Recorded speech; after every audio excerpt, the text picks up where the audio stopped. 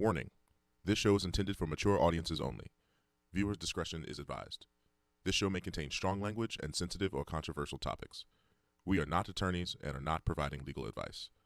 The views and conversations are our own thoughts and feelings, and therefore, purely speculation. The entertainment world and beyond. Skywalker, air miles, feeding on a surface, gliding on water, constricted and conflicted. Welcome to Purely Speculation, a show that exposes the harmful effects of the criminal legal system. I'm your host, Heather Lewis, the Executive Director of the Reuniting Family Bail Fund and practitioner of participatory defense. On this show, you'll learn about the unspoken horrors of the criminal justice system and meet fierce allies and advocates. We will make the best of our traumatic experiences. We will get angry. We may even cry. We most certainly going to laugh, but one thing's for sure, we're going to keep it real. Welcome to Purely Speculation. When they free my sins and let them loose, they was killing me, I got scars to prove, got me paralyzed, I could even barely move. Out the way I took the pain again.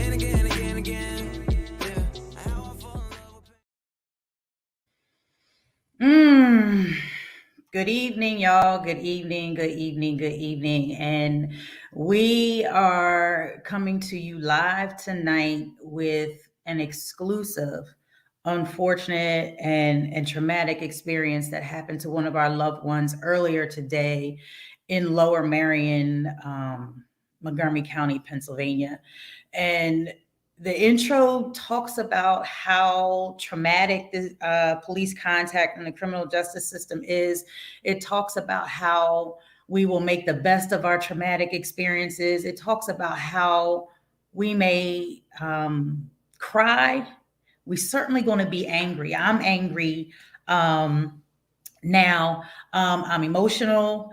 Am on the verge of tears. My fair skin is probably going to turn red and many shades of red tonight. But we have been shared exclusive video footage from folks on the scene that have, and I'm just going to go straight into it. I'm going to introduce one of our board members of the Reuniting Family Bail Fund. She's also one of the founding members of PA Women Rise. And as God would have it, they had this pit bull of a phenomenal advocate and fierce defender of justice on the scene at that very moment, y'all. Let's give it up for Danielle Kwok Phillips, Esquire. I mean, she is as fierce as they come. She's my dog. She's my sister in the fight. And I'm so grateful that this unfortunate experience, right, that you had to witness. And then we're processing this. And it's like, what the fuck? What are we going to do with this information? Like, how do we help? How do we process? Where do we begin?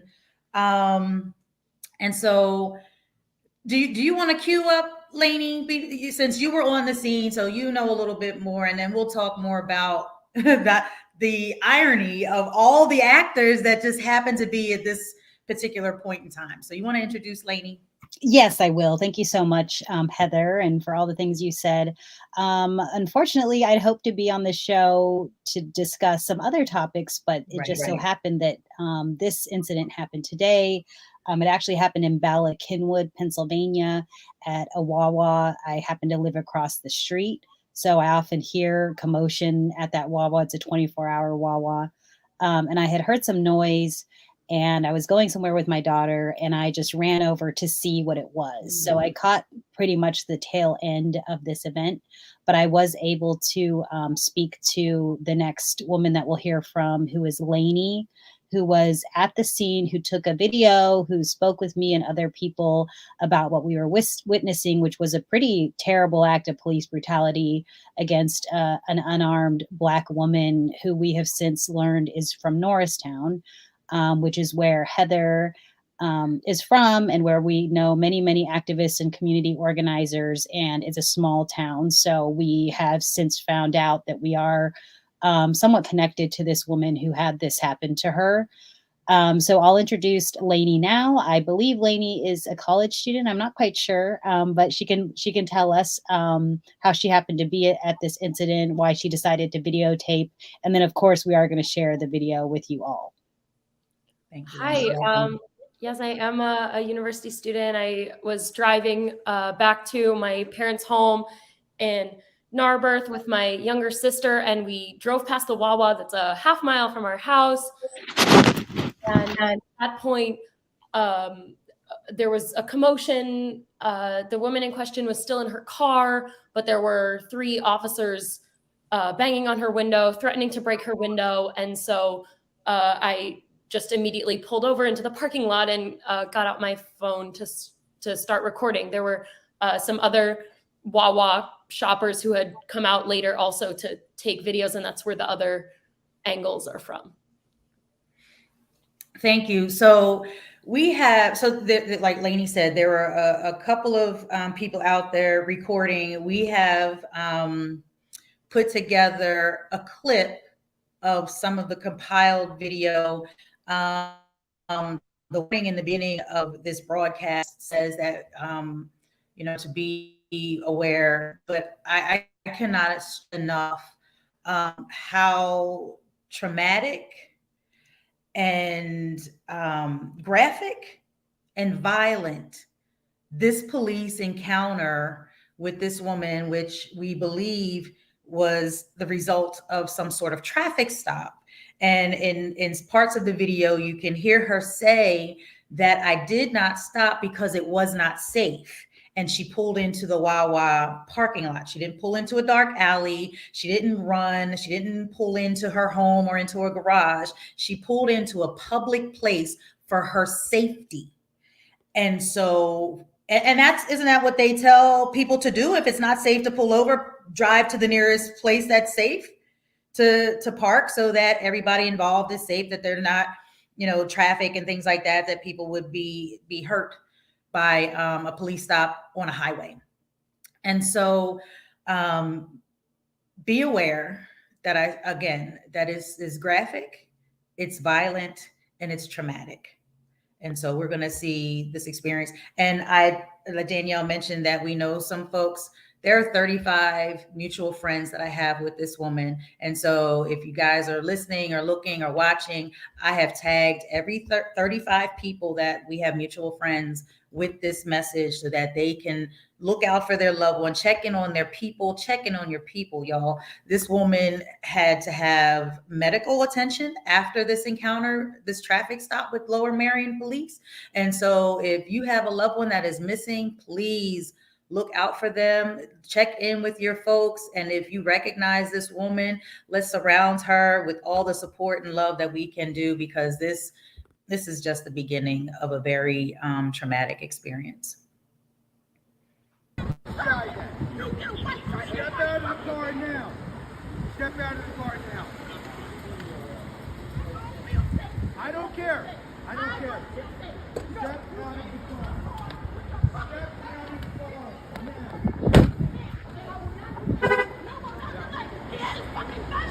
That's right. She's damn right I did. You didn't stop for me. Step out of the car. Step out of the car.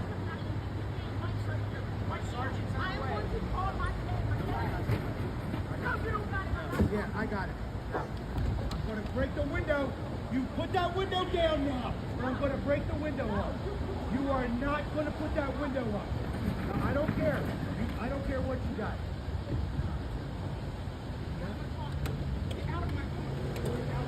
You're under arrest. You're under arrest. Yes, you are. Under arrest. Step out of the car. No, you're going to get under arrest. Mom, look where they're, look.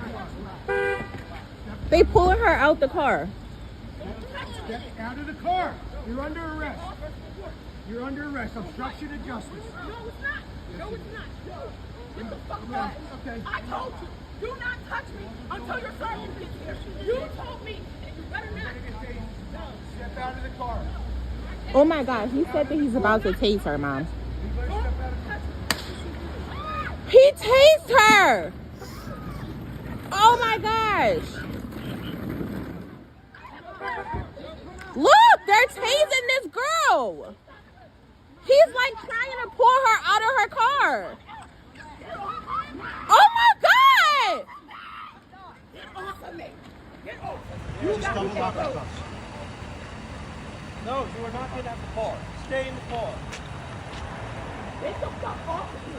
And I will not do nothing till my sergeant gets the fuck here.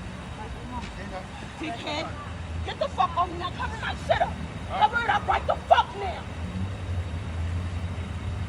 Are you fucking kidding me? I'm so sorry.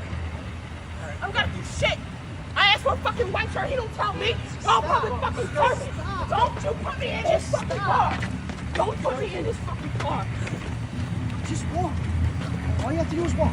Just walk. No, I'm doing this because this motherfucker came in my car with a fucking gun in it.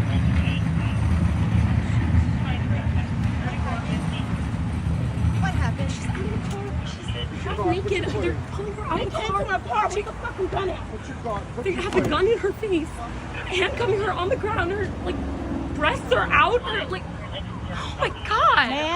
Ma'am, are you okay? Back up. Okay, fine, but back up. Right now, no, back up, ma'am. I'm gonna need Back one. up. His Back name up. is Murphy. Back up. He's trying to pull me over. Back up. For her safety, our safety, back Sorry, up. what's your name? Back up. Over All on right, 23 back up. in the West Over here. State. Over here. So I pulled in here.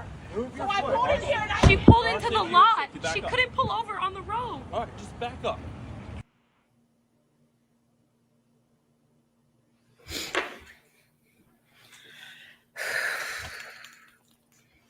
I watched that a couple times, and this is the first time that I'm actually like crying about it because it just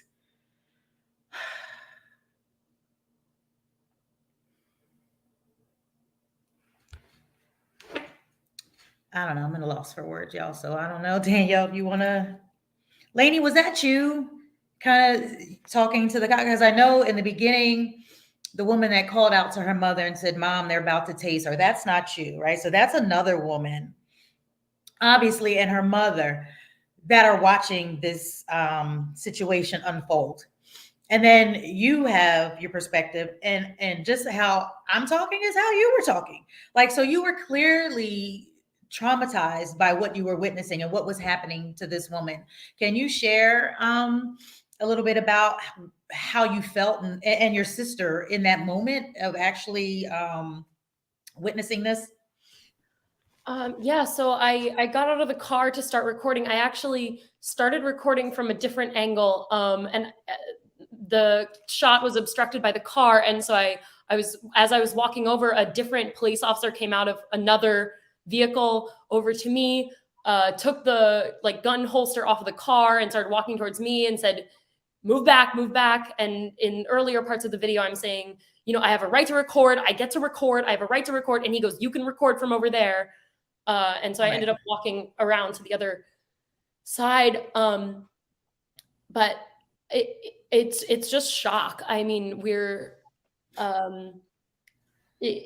the thing to do is to document, and the thing to do is to ask questions and make sure that we know who these officers are.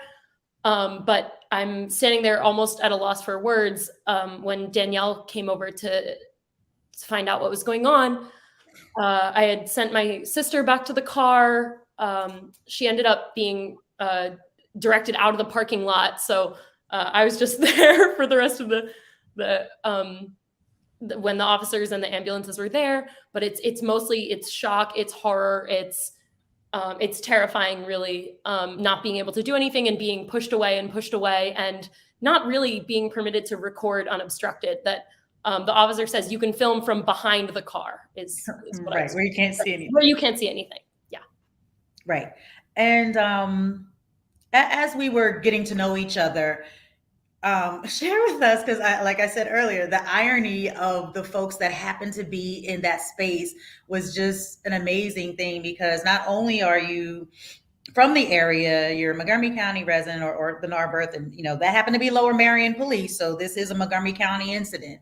And so just describe to us, one, your involvement with criminal justice reform and things like that, and just what everyone thinks is a big city issue as far as police brutality that only happens in big cities. It only happens in certain areas where, they're poor, or people of color, or this or that, or in the South where, backwards thinking. Describe to us how you shared with what you saw happening in your own community.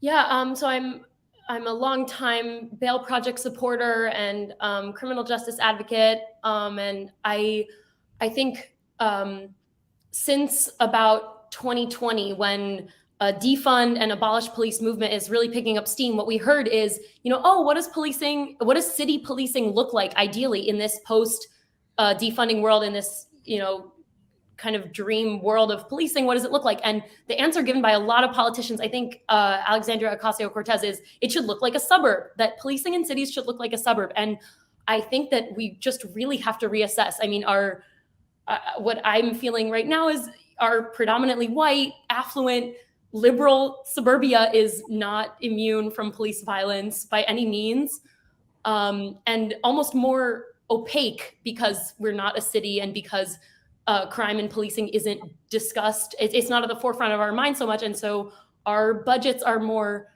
opaque, and our police behavior is more shielded from the public because it's not the hot topic of conversation at all times. And so I think it's a combination of surprise and also, guilt at that surprise, that it shouldn't feel like a shock that this is happening in our community. Right. Absolutely. And that is what we at the Reuniting Family Bail Fund, Participatory Defense, MONCO, have been, kind of screaming that this stuff is happening in Montgomery County, Pennsylvania. Yes, it's happening in Philadelphia, but just as you described, this white affluent community that is experiencing, that our communities are experiencing that horror. I mean, you can ask any person of color that travels from Norristown, Pottstown, through the Lower Merion, Bala Cynwyd area to go into Philadelphia, what the fear is, and what the, the fear of being profiled and things like that. So that stuff exists, and folks just kind of brush it aside like, oh, it doesn't happen. And it's like, when people of color are hollering that these things are happening to us, and it gets brushed off, it's really frustrating. And we have to video document,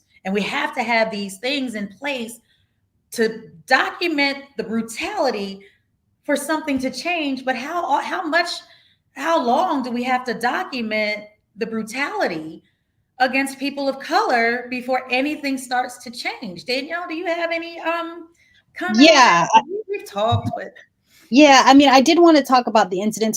So in the car was the woman, she had a passenger who was a man, and in the back seat appeared to be an elderly person. I don't know if it was a relative they were taking somewhere or something.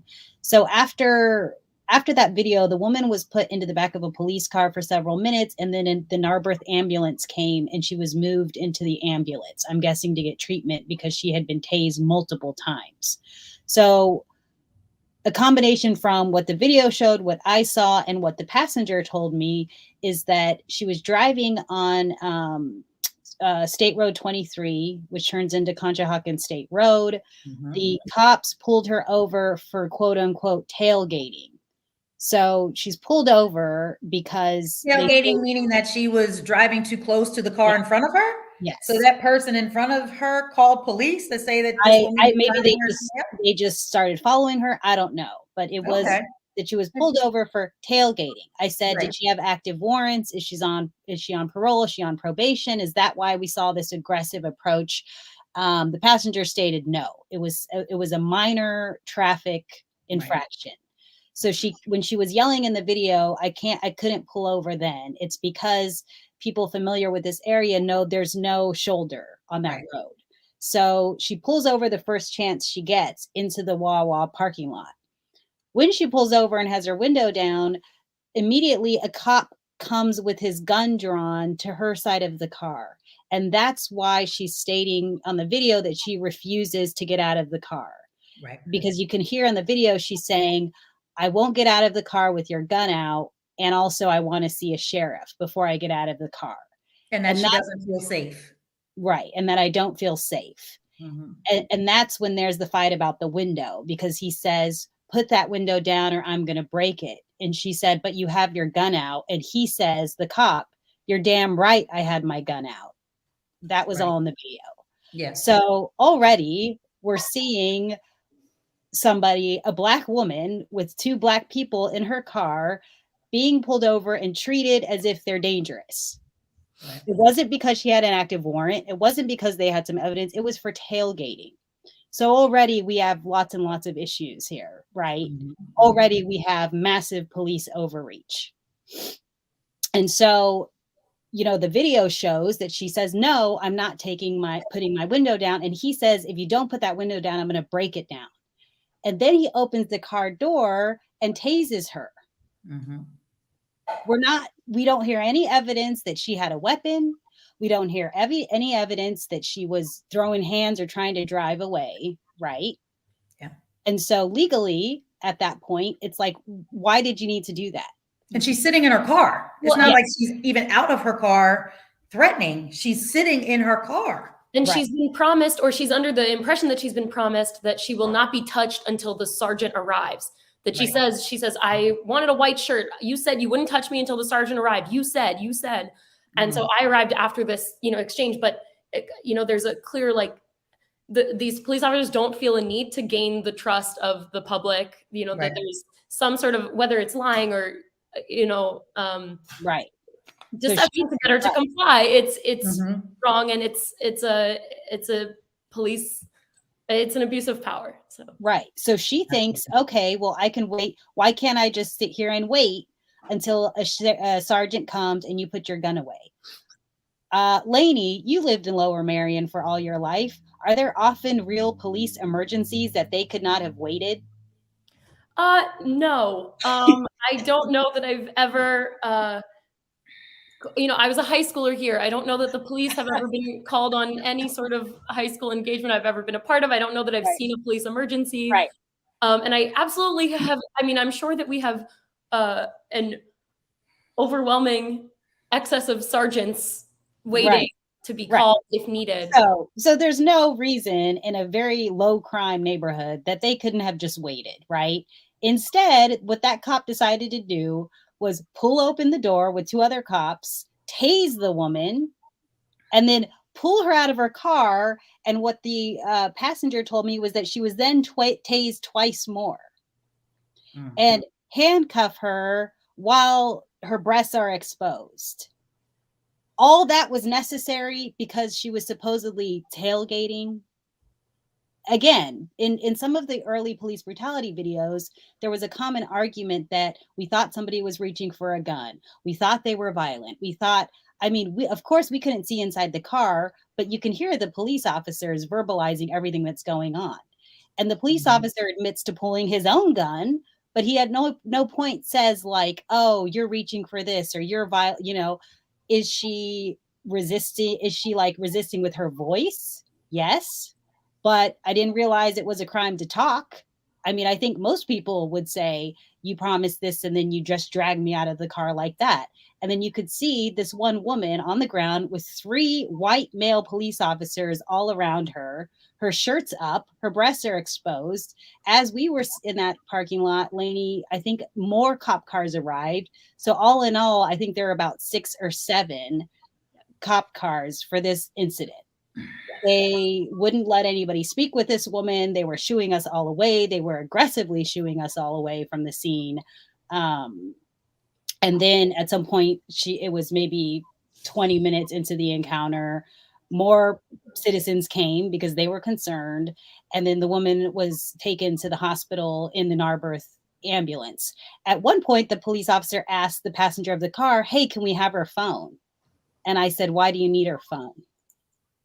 She's under arrest, isn't she? Because in the video, the cop states that she's going to be under arrest for obstruction of justice. Now, was that why she was initially pulled over? No. So is there an actual underlying charge here? Who knows? And can we look at their behavior and say, you've escalated the situation? You yourself are the ones who are supposed to be in charge of safety and are supposed to de-escalate people. But from the video and everything that we saw as witnesses, they only made it worse. So I think you could do a full analysis of this video as going wrong in so many ways, and of just being a horrific, police abuse of power. And I mean, a terrible waste of taxpayer funds. I'm not happy as a resident who pays taxes that you had 7 cops in SUVs for one woman that you chose to harass because you thought she was driving too close to another car. Or was it that you just didn't like that a Black woman was driving around Lower Merion? Right. Which one was it? So, that's what makes me really angry and upset. I mean, on top of the treatment that she had.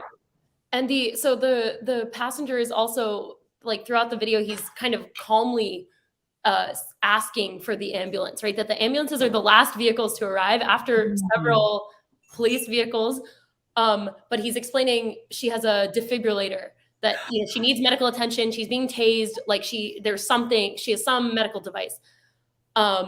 And he's, perfectly calm. He's staying in the car, and the officer is threatening him. You're not going to get out of the car. You're not going to get out of the car. And so the underlying assumption of aggression, of violence, is just baked into, like, all of the psyche of all of these officers. And there's so many of them just swarming this parking lot,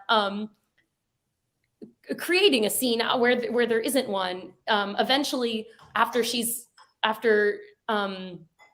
our new friend is taken away in the ambulance and the police cars leave, there's one police vehicle still there, and they decide this is the moment to check their window tint, right? That they're creating a crime out of nothing, right? That, she was pulled over for tailgating. We've wrestled her to the ground. We've pummeled your girlfriend. Now I will bring out my device. Oh, your window tint's at 70, supposed to be 0, just to add insult to injury. Is that what he was doing? I didn't know what he was doing. Places the clip on the open window to measure how dark the windows are. And so there's very clear, like, fabrication of evidence of crime in order to justify their behavior retroactively after a horrific scene that is, like, undeniably needlessly violent. Right. Yeah, I don't know. Humiliating to the community. And I just don't know how you're going to justify a response like that. At least, not to say that all of the police incidents that we saw in 2020 and before, and Michael Brown and all of those things. But in some of them, they at least had some excuse of, we thought they were reaching for a gun, or we thought they were, even they ran price, right? We thought he was an adult playing with a gun. It was a toy gun. I don't even see here any allegation of any type of weapon. It was simply her saying, no, I'm not getting out of my car. I will get out of my car when a sheriff comes and you put your gun away. And was she yelling it? Yeah, but who wouldn't be when you're, under that circumstance? So I don't, as Lainey was saying, like, there seems to be this attempt to now cover up that response, although you have so many witnesses here now that I don't know how you would even really do that.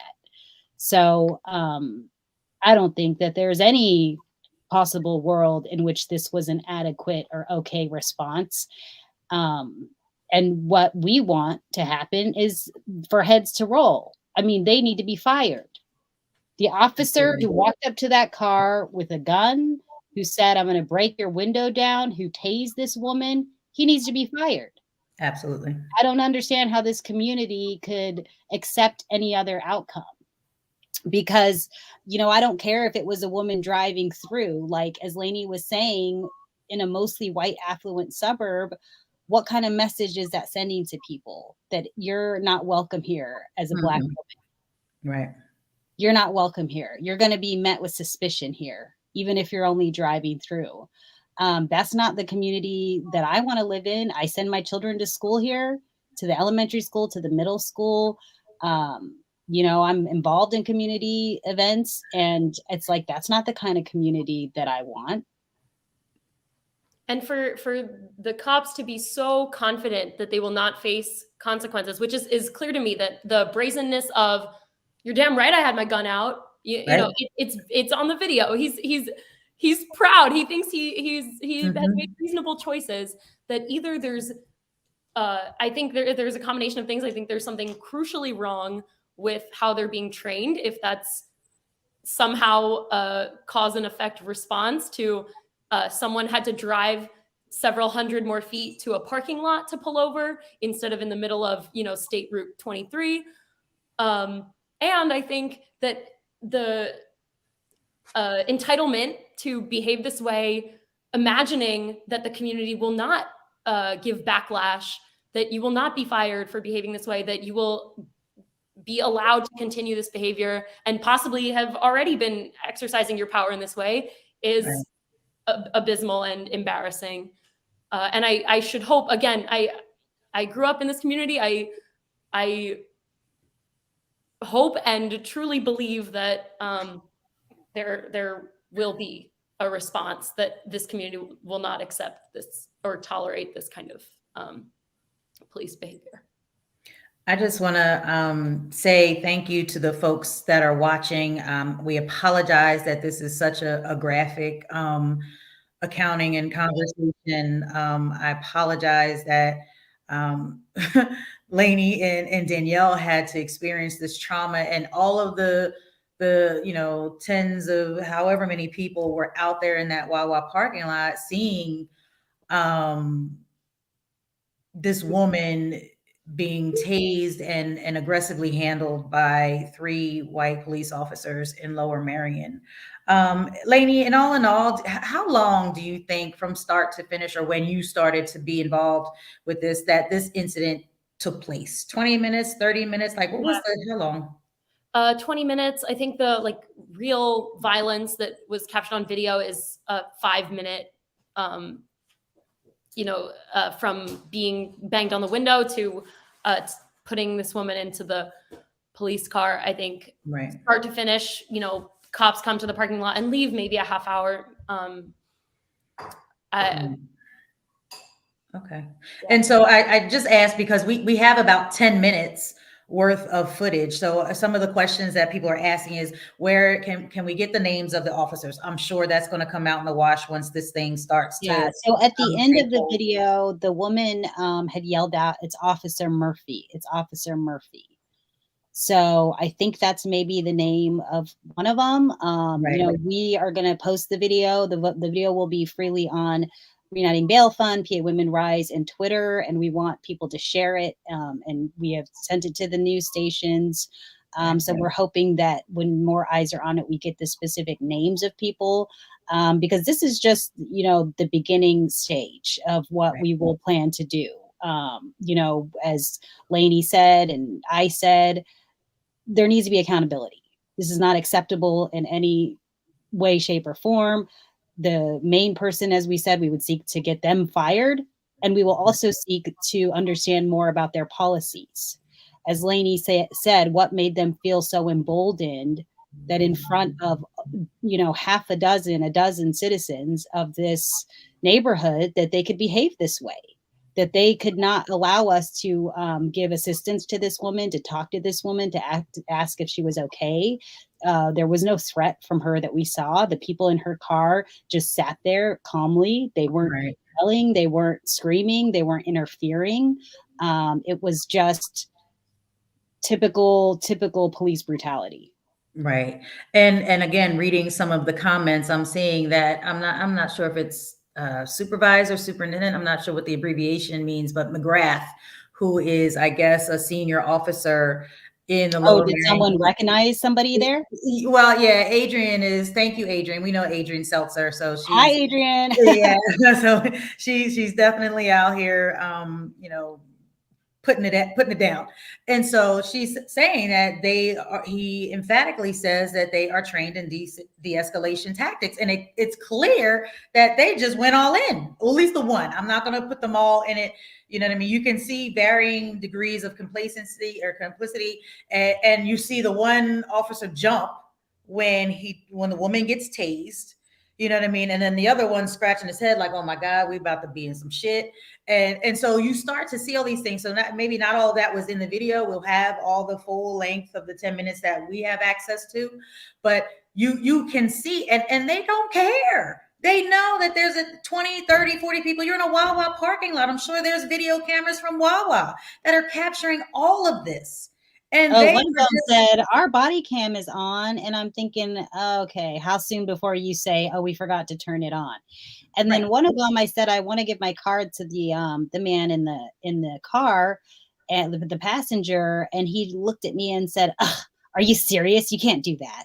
And I'm thinking, under what law can I do that? Right. Yeah, so I tried several times to walk over to the car to give Danielle's card to the passenger.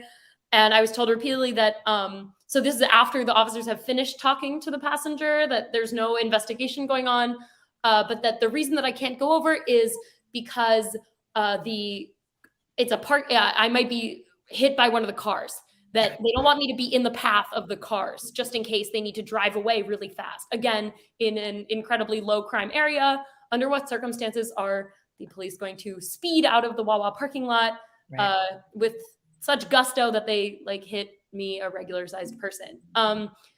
Just shooing us away aggressively, being exceedingly rude to Danielle after finding out that she was an attorney, and refusing to give each other's names. That I think they're not allowed to hide their own names, but when we asked other officers, you know, who is that? They say, I can tell you my own name. I can tell you my own name.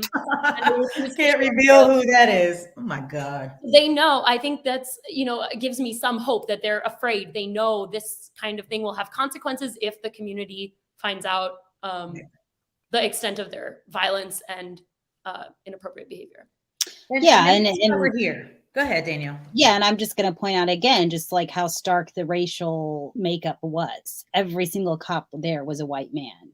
And as I said, there were 6 to 7 SUVs. So it was multiple people who came.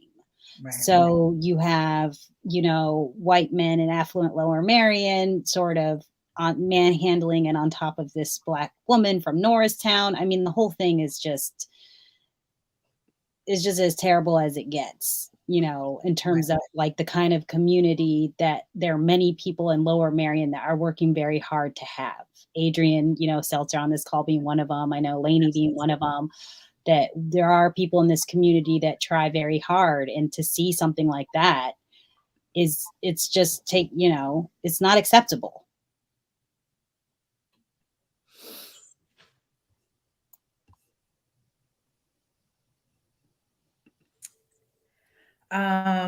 Okay, so I'm looking at some of the comments and just checking in, and the thing that you know, which I didn't know prior, which I mean I did know that she was put in an ambulance, but Lainey and Danielle, you guys being on the scene in real time, got the information that she had some type of medical device in her body that a taser electric shock could have potentially seriously threatened her life. And of course, the officers are going to be like, well, I didn't know that. Well, but you're supposed to behave in a manner that is to preserve life, not take life, especially in something that we've seen as non-threatening and non-violent.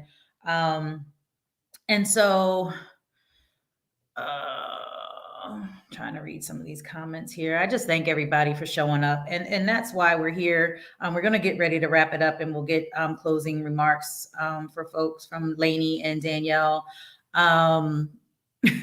This was an emergency kind of situation that happened. We saw it unfold today, and shout out to Rebel Hill Productions for hopping on and allowing us to share this story in real time, and that the young lady will be able to stand in solidarity with her and you know, get the justice that she needs and try to help her heal from this traumatic experience. But Lainey, you want to any closing remarks or any comments or thoughts or action, call to action? I know Danielle, we've called for action for, you know, against this officer.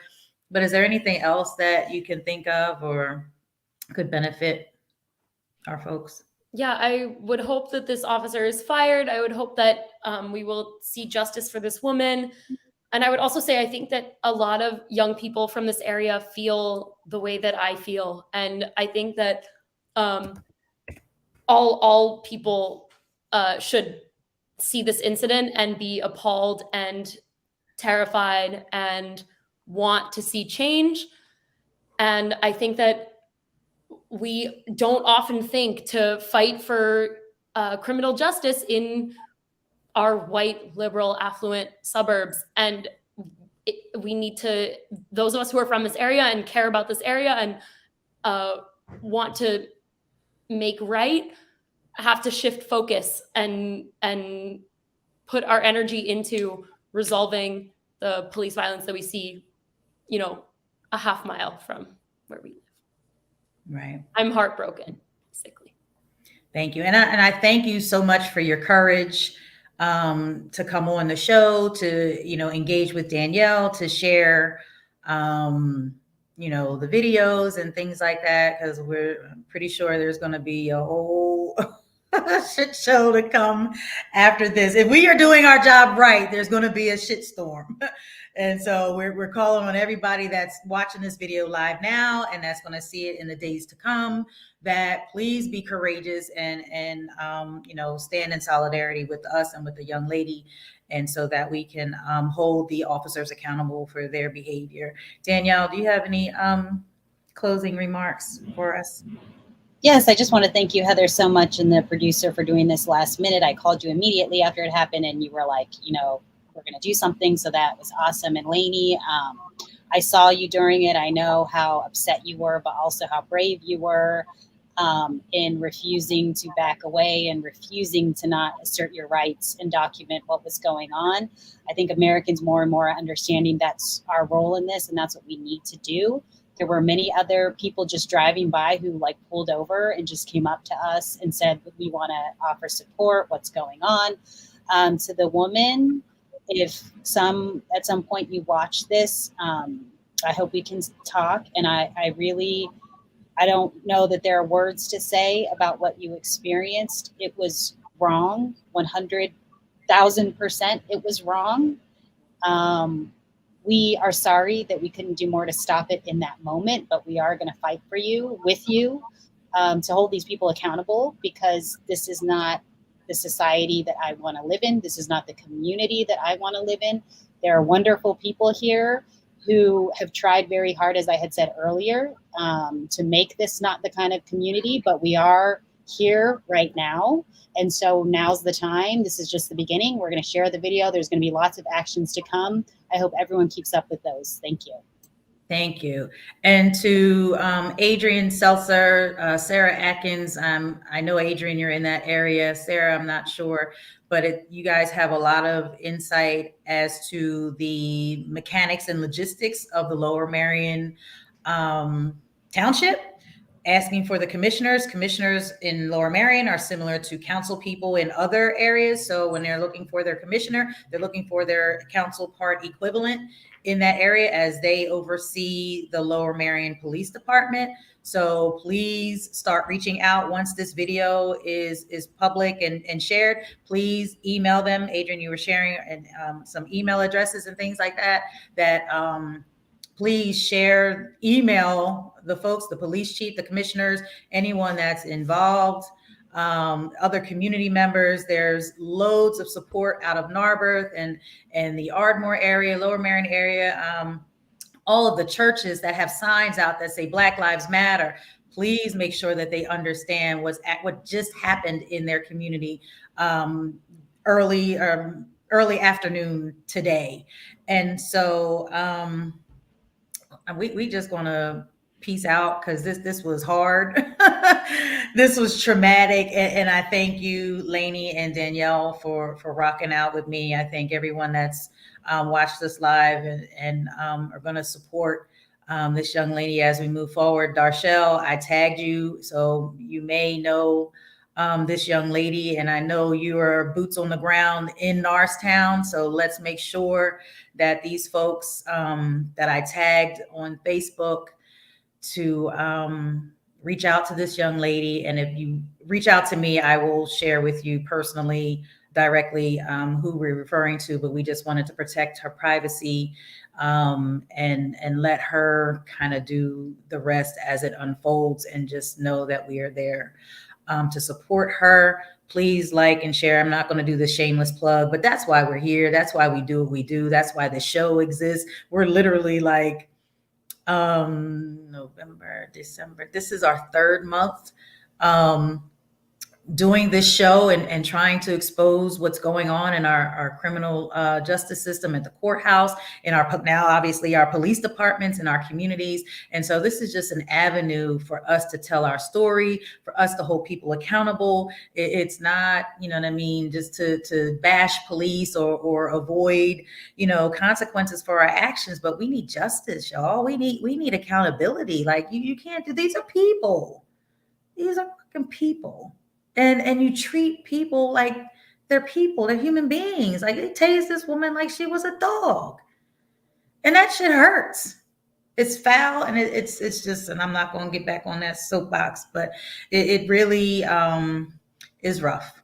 So stay tuned. We will keep you posted. You know, keep an eye out on our social media, PA Women Rise, Reuniting Family Bail Fund, Purely Speculation. We will definitely keep you up to date on everything that unfolds as this situation continues. Peace out.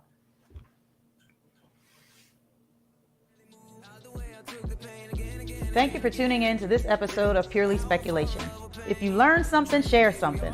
Please like, follow, and share this show. The more our communities know, the more they are empowered, and the faster we can create change. Purely Speculation would not be made possible without the generous support of the Community Justice Exchange, the Health Sparks Frank E. Boston Black Justice Fund, Philadelphia Foundation, and Reform Alliance. Thank you. Booyah. Intuition different, already lived and dreamt it. Visions make my vision clear as I'm jogging through this fucking life. I be fog lights with the fog set, body and I'm all set. Baby, can you be my Cardi B on and off?